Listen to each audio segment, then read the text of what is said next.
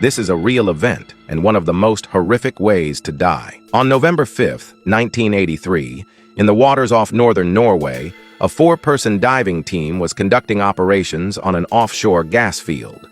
Roy and Eddie had just finished their mission and were aboard the diving bell, preparing to return to the hyperbaric living chamber. Meanwhile, the other two team members responsible for connecting the diving bell to the living chamber were already waiting on the platform. At that time, the pressure inside the chamber was about 9 atmospheres. The correct procedure is that, once the diving bell and living chamber are connected and the pressures inside and outside are equalized, the external team member would open the A door of the diving bell.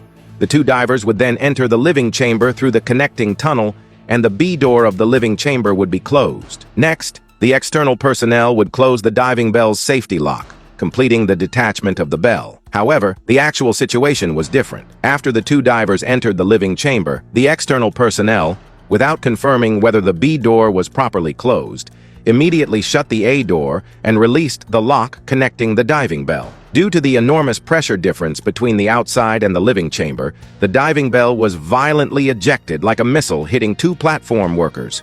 One was killed instantly and the other was seriously injured. The situation was even more tragic for the four divers inside the pressurized and living chambers.